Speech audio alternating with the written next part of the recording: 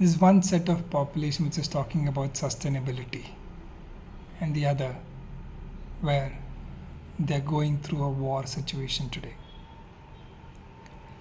So the environmental devastation in the wake of this kind of conflicts is huge.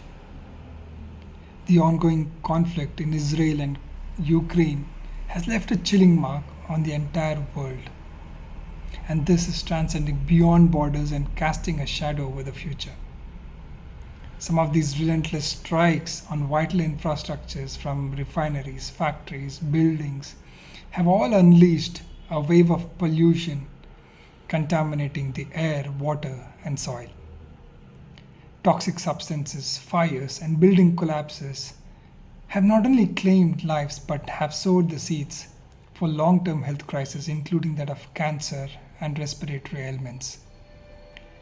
The implications stretch far and wide, posing serious transboundary health risks that echoes the cries of millions of people which are affected.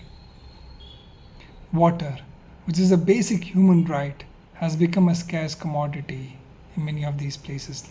For example, in Ukraine, the damaged water supply systems left about 1.4 million people without access to clean and safe water. Cholera outbreaks loom at large, underscoring the urgency for these kind of interventions. The aftermath for military operations paint a grim picture of increased waste, both conventional as well as toxic. Abandoned military vehicles, shell fragments, medical waste, and debris, which is laced with these hazardous materials like asbestos and heavy metals, demand specialized handling and disposal methods. Nature too bears the scars of these wars. Protected natural areas, once thriving ecosystems, now lie ravaged, with an estimated about 30% of Ukraine's protected lands which have succumbed to the impacts of these conflicts. Fire, deliberate destructions, and misuse have decimated forests, leaving behind a haunting testament to these battles. So, amidst this environmental crisis, weaponry's toll on public health is staggering. Hazardous substances leaking from these ammunitions contaminate the soil and water, posing grave risks both to the civilians as well as to the environment. Heavy metals and explosive compounds cast a looming shadow, demanding meticulous handling during the collection and disposal. And this is not just Ukraine or Israel's plight, it's a global concern.